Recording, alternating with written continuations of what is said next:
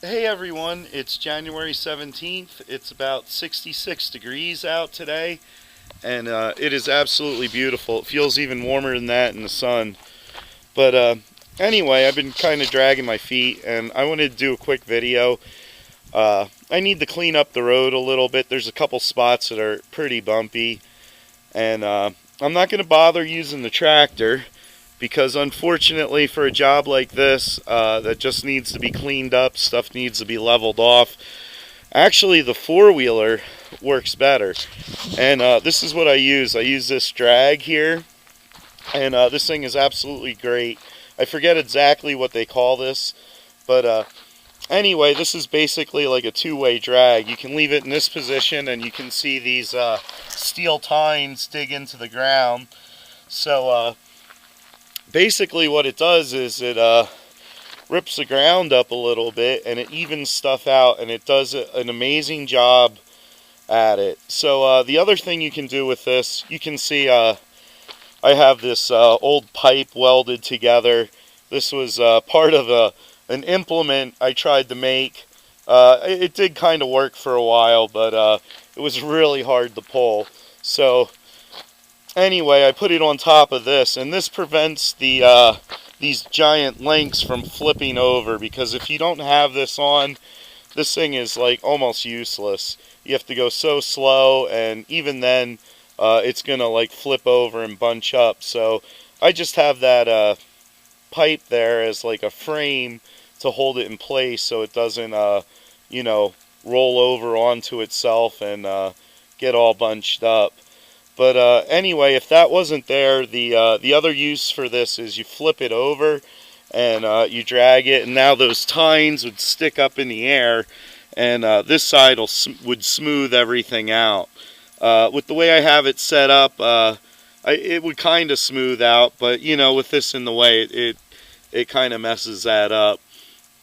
But anyway, this tool works great the way I have it set up, and yeah, I'm going to show you a little bit of before and after.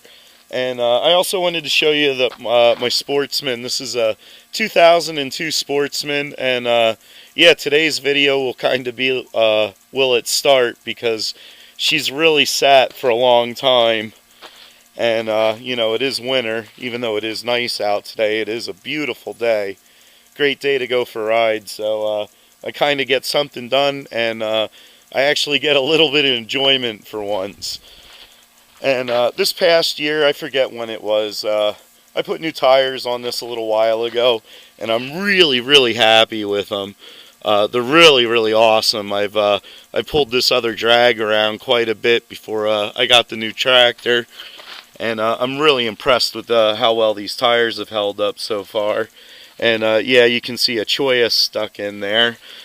So yeah, I'll stop going on, and I'll get to it. So in a second here, I'm going to check the oil and see how much fuel she has and hook up this drag, and I'll be right back.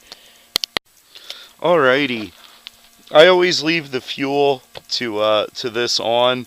I've learned over the years with bikes and petcock valves, it's a lot better to leave that on, and occasionally, you know, you may drain the gas out, but you won't dry up the carburetor, and it'll start every time you need it. So I just wanted to throw that in, and I'm going to check the oil real quick. Like I always do, it's a little bit of a pain on here. I don't know, in one way it's a pain, and another way it's kind of convenient. It's right here with this really nice, easy to check dipstick. And this is what's a pain. It's kind of hard to get out of there, and yeah, as you can see, plenty of oil in there. And I'm just going to take a quick look. Yeah. And you can see that reservoir is pretty huge, so you got oil on that dipstick, you're good. Polaris really has a nice setup here. So I forget what it is. I think I change the oil every 100 hours. I hope that's what it is. I think that's what it's supposed to be. Either 100 or 50. And it has been a while, so I have to give it a check. So yeah, she hasn't been started in a long time. So let's see what happens. Another really nice thing about this vehicle is if it doesn't start, you can always pull start it right here, which isn't easy, but well, look at that, the battery's got power. And the way I start this is always the same. I just push the throttle, and I can feel, you know, the slack go out and start to grab the cable, and I just touch it. Wow. Well, she has sat for a while, so I don't normally do this, but I'll choke her. There we go.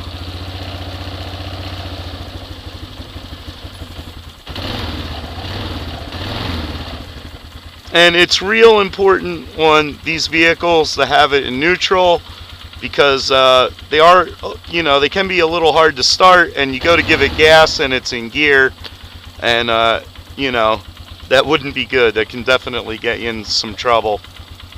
So yeah, unbelievable. What a great vehicle. And I'm going to back her out of here and hook the drag up, and we'll go rip some dirt up. Alrighty, so I just have to hook this up, and this is real simple. You know, this just goes right over the ball.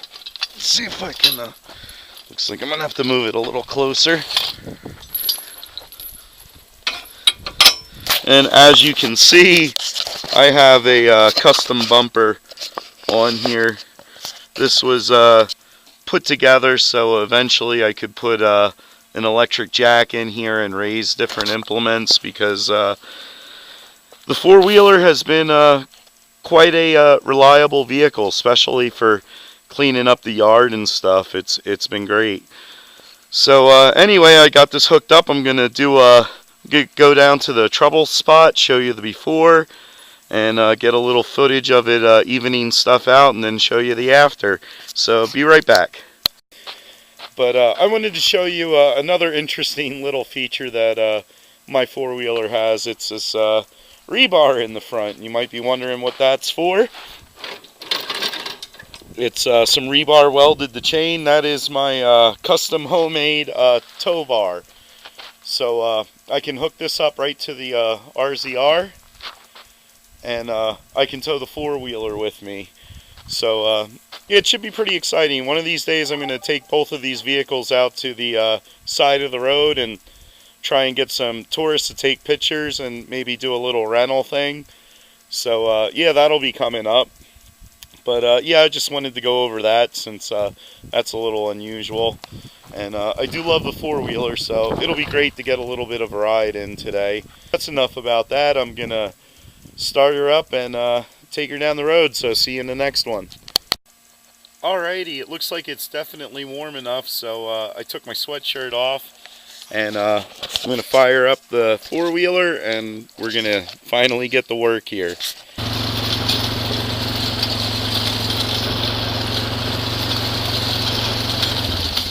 And that is basically all it does. I know it doesn't look like much, but it really evens out stuff like really quick. Almost faster than the tractor, especially for like little stuff that I'm going to be doing. So here we go.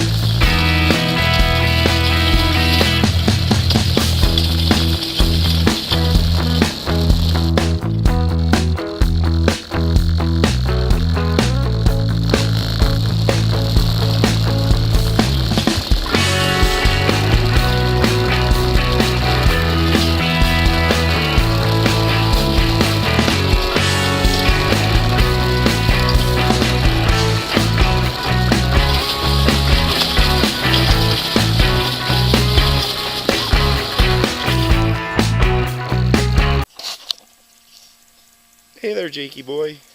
You want to say hi to the camera? Kiba wants to say hi.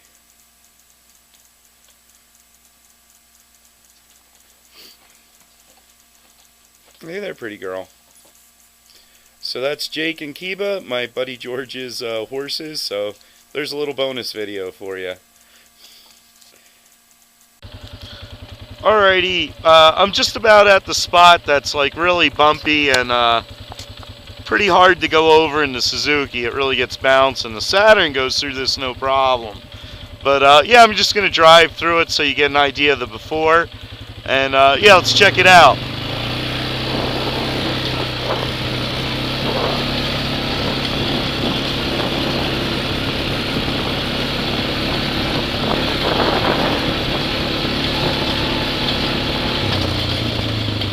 So this is a spot that gets really bad. You start bouncing through these humps, and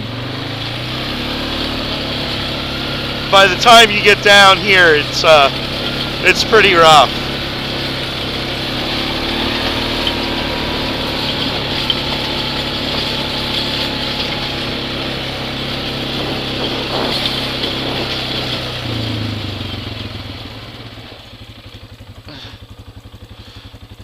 Alright, so yeah, you can see just on the first pass, it really doesn't do much. But yeah, just keep going over it. So I'm going to throw the camera on the back and get some footage of going over it, and then we'll see what it looks like when I'm done. So be right back.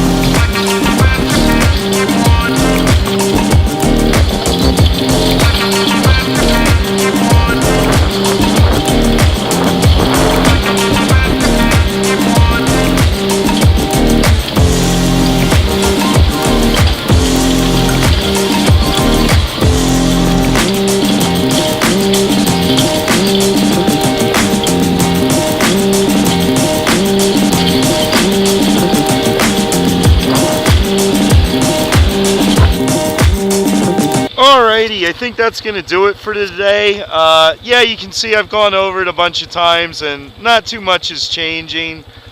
But it definitely evened out a lot of those bigger humps and stuff. So that should be good. We'll wait till the cars pack it down and then hit it again. So yeah, I think that's going to do it for me today. And thanks for watching. And until next time, I'll catch you later.